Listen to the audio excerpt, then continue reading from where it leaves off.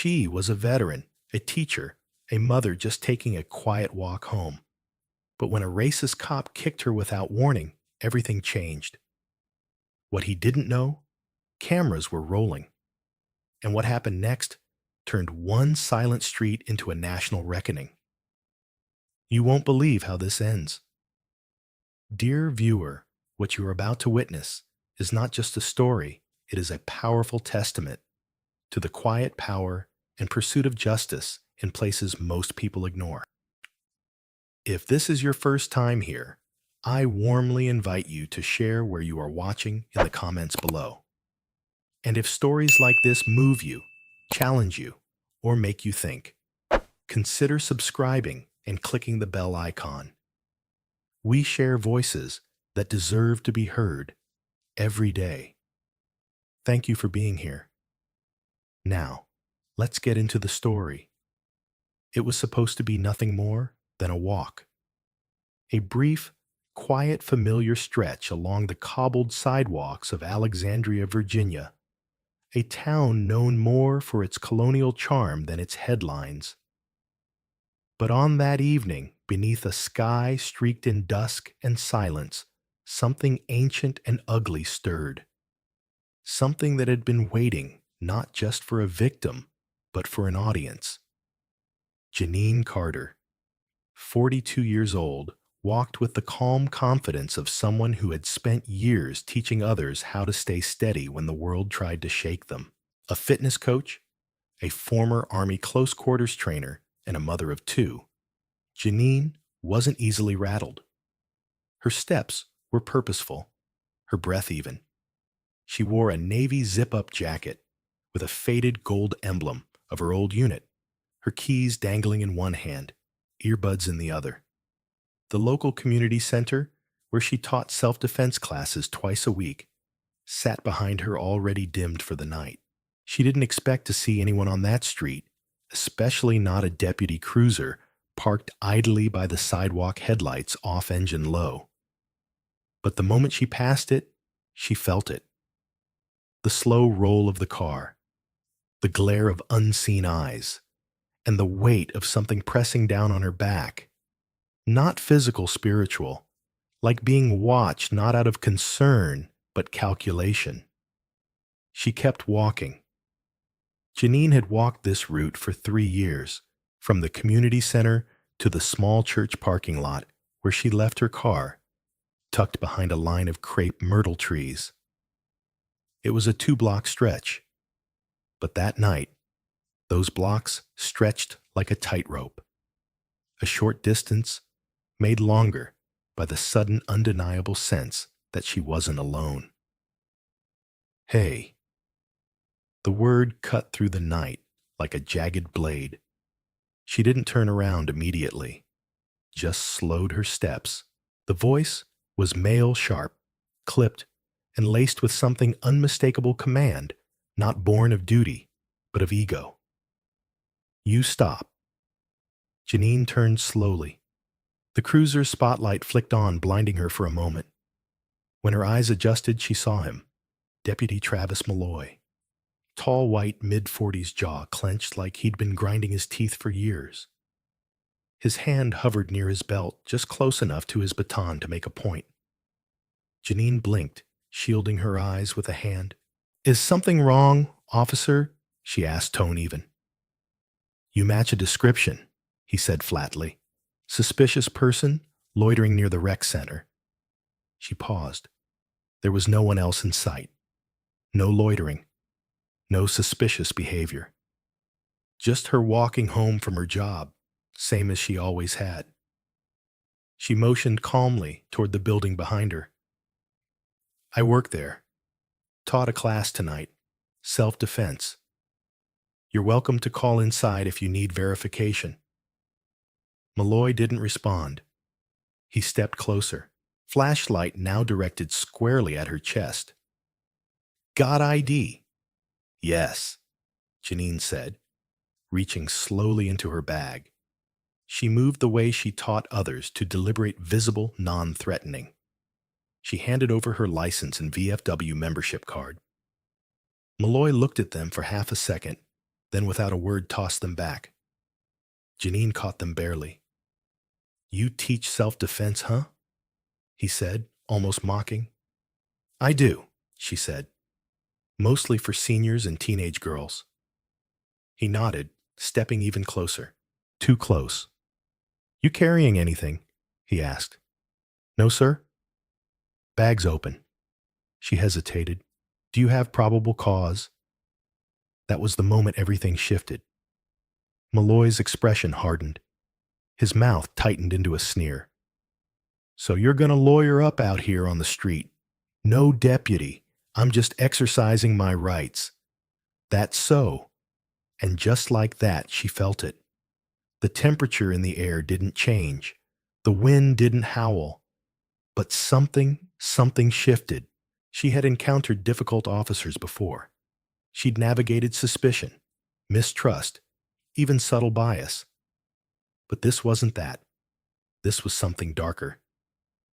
Malloy stepped in again, and with no warning, no count, no preamble, he kicked her. A swift, jarring strike to the side of her shin. Not hard enough to break bone, but hard enough to drop someone who wasn't ready. Janine didn't fall. She staggered, caught herself. Years of training pulling her posture back into line, but the pain lanced through her, the sheer shock of it.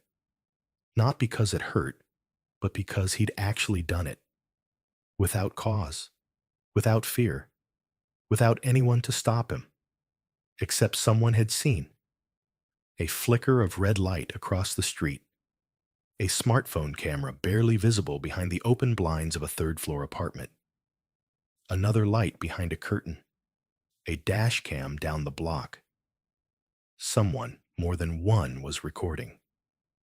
She saw it in the corner of her eye. But Malloy didn't. He was too focused on towering over her. "You want to resist?" he growled. "You think your little classes make you somebody." Janine didn't answer. She didn't flinch. Her silence was sharper than any comeback. "I can take you in right now," he hissed. "Obstructing. Failure to comply. Let's see what your little students think of that." That's when she finally spoke. "You're being recorded, deputy." The words were soft, not a threat, just truth. He froze. A beat. Then his eyes darted up, finally noticing the blinking red dot from the apartment. His chest fell, rage and panic flaring behind his eyes like dueling flames. Janine took a slow breath. The pain in her leg pulsed. The cold night dug deeper into her skin. But she stood, still, tall. And in that moment, the power he thought he held began to slip. Because what was supposed to be just a walk had become something else. A turning point. A reckoning. And the world was watching. Janine Carter had faced danger before real life-threatening danger. During her years in the Army, she'd trained in war zones, counseled fellow soldiers through combat stress, and learned to read the room faster than anyone else in her unit. But what she felt now wasn't danger in the traditional sense. It was something colder, more insidious. The kind of danger that doesn't come with warning shots, but with uniforms, smirks, and silence. Deputy Travis Malloy stood just a few feet away, chest-puffed lips, curled eyes flickering between her face and her still-open gym bag. The kick he'd delivered was already retreating into shadow, as if it hadn't happened. But Janine could feel it radiating from her shin like a memory etched in bone. "You gonna keep standing there like you're some kind of hero?" Malloy's sneered voice, low, almost theatrical. He leaned slightly to his right hand, inching toward his belt. Not a gun. Not yet, but something.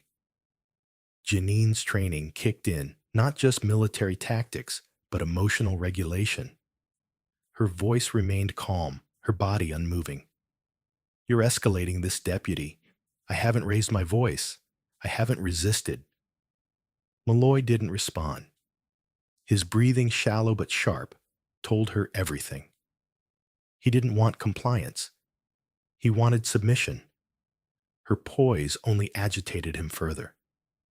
And when control is the objective, nothing enrages a man like stillness in the face of intimidation. A flicker of doubt crossed his face. He glanced back toward the street. The apartment window was still lit, the red glow of a recording device visible through the blinds. He squinted, then seemed to shake it off. "Bag! Now!" he barked. Janine didn't move, not out of defiance, but because her instincts told her the next move would define everything. She'd already offered her ID. She'd already explained her presence. She had no legal obligation to comply with an unlawful search, and she knew it. "Are you detaining me, deputy?" she asked, her voice steady as stone. He paused. That one question reoriented the balance between them. "You're being investigated." He muttered the words, unraveling even as they left his mouth. Janine took a breath. "Then I'd like to wait for a supervisor." Malloy's jaw tightened. He took a step forward. "You don't get to call the shots." But the irony wasn't lost on either of them. Because that's exactly what this had become, a power play. Not about a threat, not about safety, but about control. And in that space between them, the weapon wasn't the baton or the taser. It was Malloy's unchecked authority, sharpened by years of impunity and racial bias.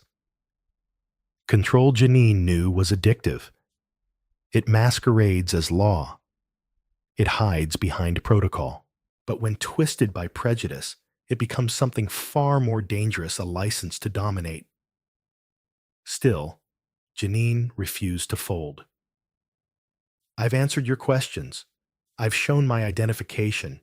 You have no cause to search me or my belongings." Malloy exhaled sharply through his nose, the kind of exhale a man gives when his bluff is called and he's too deep to retreat. "You think you're above the law because you wore a uniform once," he snapped. "You think people like you can throw that around and scare us into backing down?" Janine blinked slowly. People like you.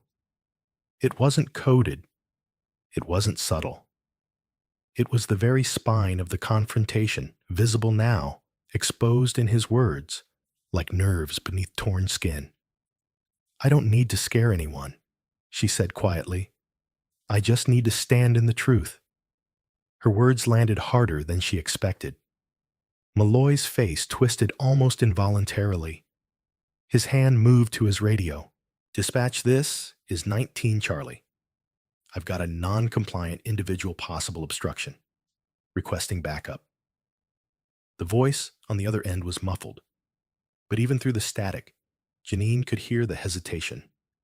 19 Charlie, confirm, are you under threat?" Malloy didn't answer right away.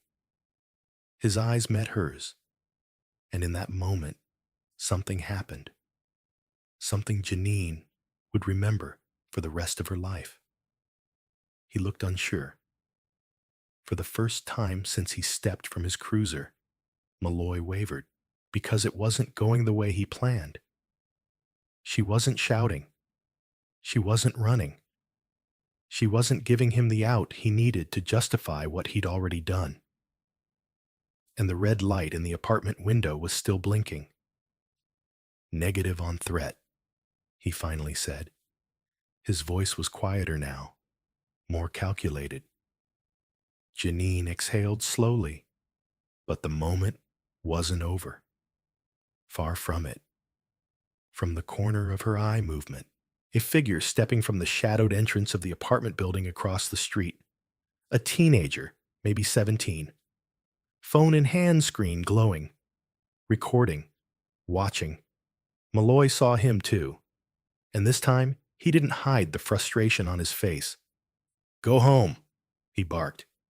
The teen didn't move. "I said go." But another voice cut through the air. Deputy Malloy, that's enough. Both Janine and Malloy turned. A second officer, female, mid-30s, Latina. Her badge gleamed under the street lamp. Sergeant Isabel Vega.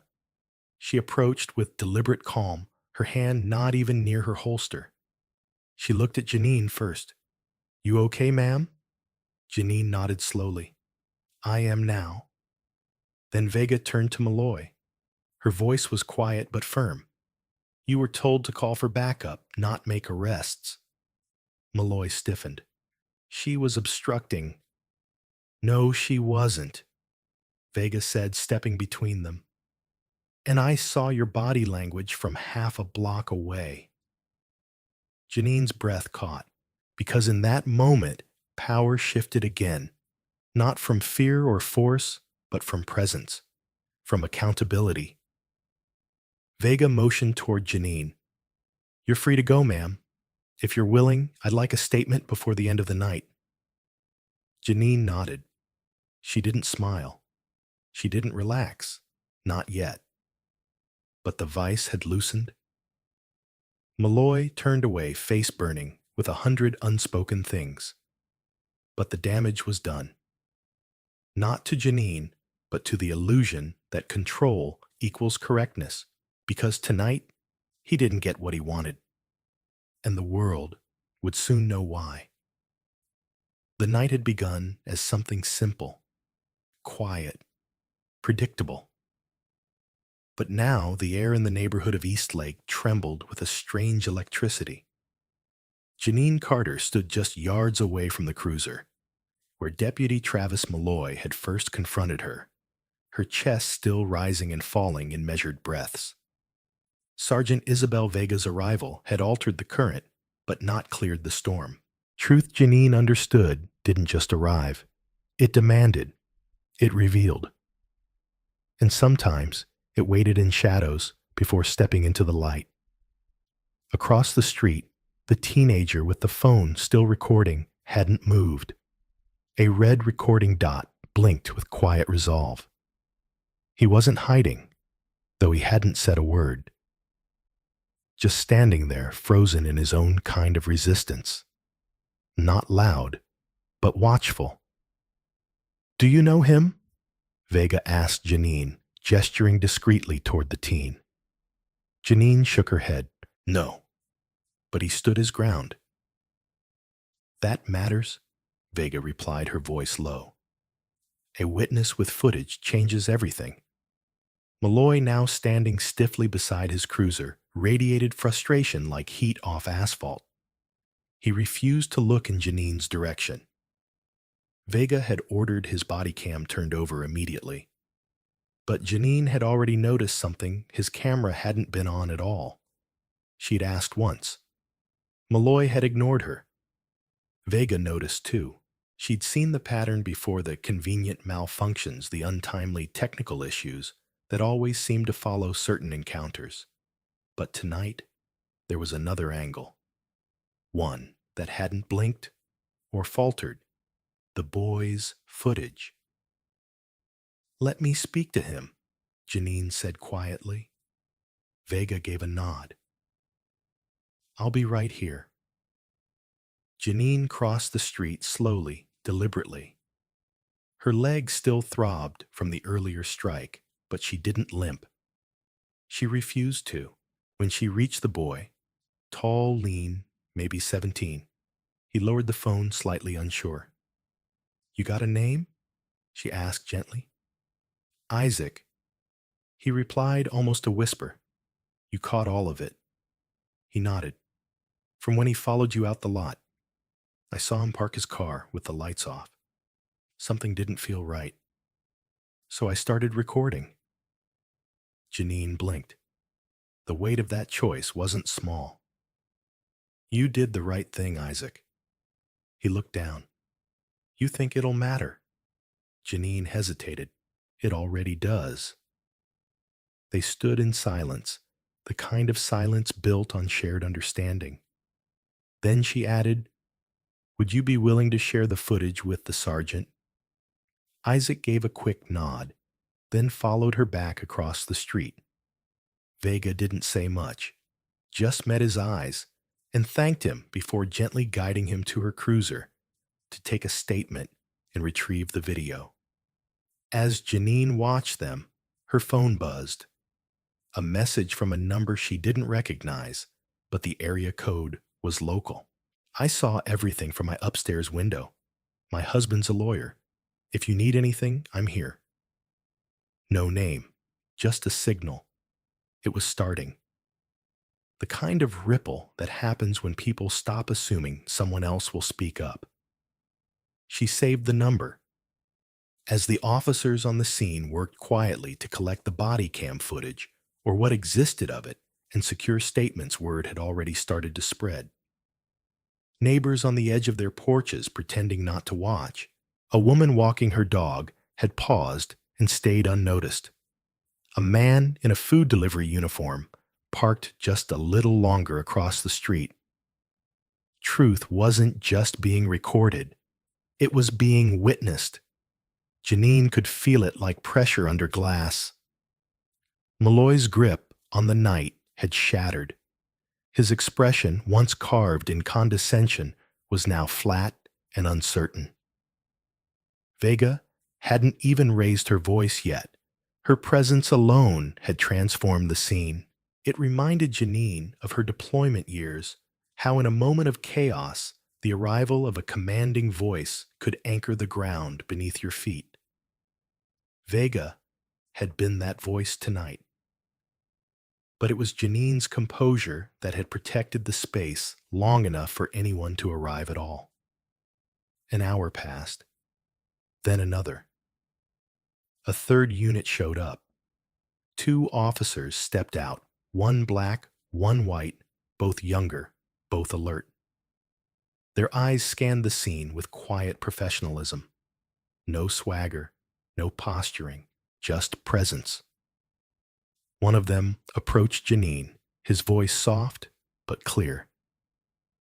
"Ma'am, we'll be collecting the footage from the witness and completing a report tonight. I've also been instructed to walk you through your formal complaint if you're ready." Janine nodded. "Let's do it." The process took time. Names, statements, descriptions of Malloy's tone, his movements the moment his boot collided with her leg. Janine spoke with precision, not because she was angry, though she was, but because she knew the value of accuracy in moments like this. Her military record taught her the power of documentation. Facts weren't always louder than fear, but they could outlast it. Meanwhile, Isaac remained nearby, speaking with Vega. His footage had been uploaded directly to the precinct's cloud system. Vega had already flagged it for internal affairs. When Janine's statement ended, the officer gave her a formal receipt number. Then he paused. "For what it's worth," he said, "I've seen a lot of footage, and I've read a lot of reports. But the way you stayed calm tonight, that's not training. That's character." Janine didn't smile, not because it didn't matter, but because her heart still hadn't settled. "Thanks," she said. "But staying calm shouldn't be what saves someone from violence. The violence shouldn't happen to begin with." The officer nodded. "You're right." As the cruisers began to pull away, as Isaac returned to his apartment with his phone and the weight of having made a difference, and as Malloy was driven off in silence for questioning, Janine stood beneath the street lamp. Her shadow stretched long behind her, cast by the lights that had once been part of the threat. Now, they illuminated her, alone, unbroken. For years, Janine had taught young women how to recognize danger, how to de-escalate, how to breathe through panic, but she had never imagined she'd have to use those lessons against someone in uniform, someone meant to protect. And yet, she had. And now, because of a quiet teenager with a camera, a woman behind a curtain with a phone, and an officer who refused to let power cloud justice, the truth wouldn't stay in the dark. It was here now, in the light. And it was just beginning. By dawn, the town of Eastlake didn't look different. The streets were still lined with magnolias. The school bell still rang at 8:15. Kids still waited at bus stops, shoulders heavy with backpacks and dreams. But something had shifted, not in the skyline, not in the headlines, in the air. It was subtle at first, the kind of shift you feel before a storm hits. A tension, a tremor, an unspoken knowing. People who had driven past that little memorial park hundreds of times without ever stopping now slowed their cars. A few pulled over, stood quietly where Janine Carter had stood the night before. Others walked their dogs a little farther, let their eyes linger on the spot where it happened. They knew. Someone had uploaded the video overnight. Not just Isaac's, but from other phones, neighbors who had watched silently, unsure whether to interfere, and now haunted that they hadn't. The footage went viral by sunrise. Local news had it by 7 a.m. National outlets were scrambling by 10. But Eastlake didn't need a camera crew to know the truth. They had lived alongside it. At the corner cafe, regulars huddled over their coffees in silence watching the same loop play out again and again on the mounted TV, Deputy Travis Malloy flashlight, raised boot moving fast, Janine not flinching. The moment the baton clattered to the ground, the teenager's red recording light blinking like a heartbeat in the background. It could have been me, someone muttered. It could have been my wife, another whispered. At the church, across from City Hall, Reverend Marcus Ellis stood in the pulpit during morning prayer and set aside his notes. Instead, he told his congregation about courage, about what it means to be watched, to be judged, to be cornered, and still stand tall. He didn't mention Janine by name. He didn't have to. They already knew. By lunchtime, the town had split into two currents. There were those who had seen the video and stayed quiet, who sipped their coffee with eyes low, afraid of what truth demanded from them. But there were others, many others, who had finally found their voice in Janine's silence. They shared the clip. They wrote emails to the mayor. They called the precinct not to complain, but to ask one question: what's going to be done? At the heart of it all, Janine stayed still. She didn't speak to reporters. She didn't update her status or give interviews. She returned home, closed her blinds, and spent most of the day in the same chair near her window where she'd first checked the streetlight the night before. This time, she watched the town. She saw joggers pause to read the taped statement pinned to the lamppost by a neighbor. A white sheet of paper with the words, "We saw. We believe. We're with her."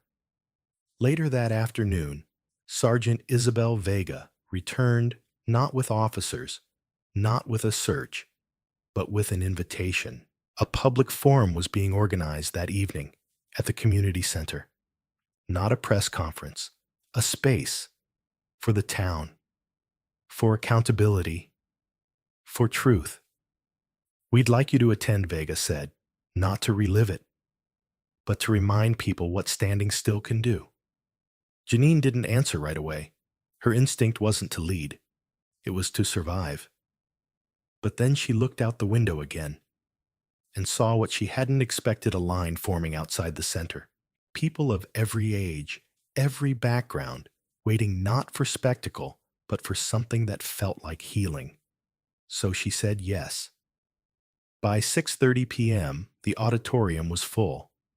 Folding chairs scraped against the floor. Mothers with strollers stood at the back. Veterans sat shoulder to shoulder near the front. Even some off-duty officers' young ones showed up, uniforms stripped of rank eyes, filled with something complicated. And when Janine walked in, no one clapped. They stood, not for heroism, for recognition. She took a seat quietly beside Vega. On stage, the mayor adjusted the mic and cleared his throat. "We are here tonight." He began not because of a tragedy, but because of a reckoning. One woman's courage has forced us to face a truth many of us have ignored for too long. He turned toward Janine.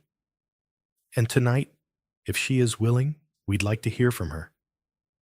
Janine didn't want the stage, but she understood its power. She walked up slowly, the room, holding its breath. "I wasn't trying to be brave," she said. "I wasn't trying to be anything. I was trying to get home." The silence that followed was weightier than applause. I've taught people to recognize fear, to defend without rage, to hold space for themselves when no one else will. But I never thought I'd have to do it for myself in the middle of my own town, at the hands of someone who swore to protect it. She paused. Deputy Malloy didn't just kick me. He tried to collapse everything I've stood for. But I didn't fall, because I've had to stand my whole life. Her voice was quiet, but it cut like a knife. And now I'm asking all of you to do the same. Stand. Not in protest, in purpose. Stand when it's uncomfortable, when it's not your daughter, not your neighbor, not your skin. Stand because truth demands it. When she stepped down, no one filled the silence. It was full, alive, and deeply understood. Outside the community center, someone had lit candles lining the sidewalk where Janine had once taught self-defense classes. Notes were left beside them, messages scribbled on scrap paper. "Thank you for standing still. Because of you, we saw clearly." Eastlake hadn't changed overnight, but it had awakened. And once a town sees the truth, it doesn't unsee it. Not this time. Long after the headlines quieted, after the public forums ended, and the footage stopped looping on TV screens, Janine Carter remained. Not in defiance, not in bitterness, but in purpose. She walked the same routes through Eastlake no longer as a target, but as a symbol, though that was never what she sought. What lingered wasn't the confrontation, the boot, or the badge. It was the silence afterward, the collective breath held by a community learning how to confront its own reflection. Janine had never been interested in titles like hero or activist. Those were words people used when they didn't know how to describe someone who simply didn't flinch. She wasn't standing for a movement. She was standing for herself, for every quiet lesson she had taught in her Thursday night classes, the lesson that had once been dismissed as theoretical until it saved her life in real time. Her victory wasn't in how she defended herself. It was in how she didn't let that night redefine her. The department restructured their training protocols, yes. The city introduced new community oversight policies, yes. Deputy Travis Malloy was stripped of his badge, investigated, and ultimately charged for misconduct. But none of that erased the fact that it had taken one woman standing completely still, surrounded by cameras and rage, for people to finally admit what had always been there. What Janine taught the officers who came to her post-incident workshops wasn't tactical. It was psychological. She showed them where power twists into fear, and where silence can be more powerful than force. She spoke about posture, about presence, about how the most dangerous thing a person can do when being profiled is to remain completely human. Because for some, that's the greatest threat of all. And still, every Thursday night, the Veterans Hall filled up again, not just with students, but with newcomers, young women, older men, teenagers, and now police cadets. Janine never changed the curriculum. She didn't turn her classes into therapy sessions or TED Talks. She kept them what they'd always been, spaces of reclaiming confidence, breath by breath, move by move. One night, weeks later, as she closed up, a girl no older than 16 stayed behind. Her voice was quiet. "I saw what happened to you. I used to think I'd just freeze if something like that ever happened to me. But now, I think I'd remember what you did." Janine didn't smile to perform. She simply nodded. "That's all I want," she said, locking the door behind them. "Not to fight, just to make it home." And as the lights shut off in the hall, the lesson she'd carried all her life glowed brighter than ever, no longer buried, no longer ignored, but finally alive in the hearts of those who needed it most. When Janine Carter left her Thursday night self-defense class, she expected nothing more than a quiet walk home under the dim streetlights of Eastlake. She was not looking for confrontation. She wasn't trying to make a statement. She simply wanted to get home. But what unfolded in that park wasn't just another story of police overreach, it was a reckoning. A moment when one black woman, calm and composed, came face to face with the raw misuse of authority. A deputy who saw her not as a decorated veteran, not as a community leader, not as a human being, but as a problem to be handled. He tried to kick her into submission to force her to kneel. But Janine stood, not with fists, not with rage, but with disciplined clarity and the strength of someone who knew exactly who she was. She didn't fight to win. She fought to remain whole. And when cameras caught what words could have never proven alone, the truth was undeniable. That night didn't end with sirens or broken bones. It ended with accountability. Because someone recorded, because bystanders stepped in, because a veteran named Janine Carter had taught herself, then others, how to endure and rise. It was the moment the world stopped asking, "Did it really happen?" and started saying, "We saw it." Now what will we do? Janine's story is more than viral footage. It's a blueprint. She took what was meant to shame her and transformed it into service. She turned trauma into training. She didn't just walk away with her dignity intact. She returned to that same veterans hall week after week and kept teaching others how to protect theirs. And perhaps most powerful of all, she entered the very halls of the police department that once failed her to help change the system from within. So what's the lesson? The lesson is that strength isn't about overpowering anyone. It's about standing in your truth when the world tries to strip it from you. It's about remembering that silence, when grounded in dignity, can shake more walls than a scream. It's about choosing not to shrink, even when every force around you tries to make you disappear. And in today's world, where injustice still echoes in parks, classrooms, hospitals, and sidewalks, we need more people like Janine. People who prepare not to fight, but to endure. People who believe in justice enough to face it down, unflinching. People who understand that the greatest resistance sometimes looks like standing still.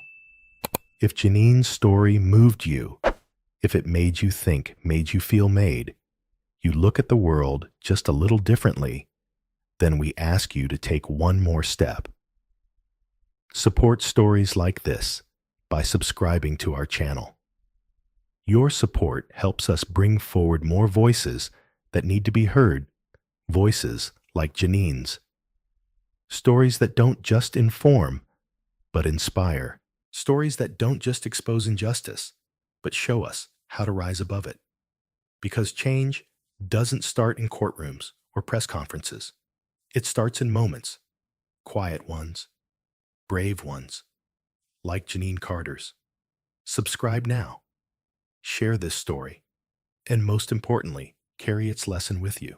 Let's keep the conversation going and the truth alive.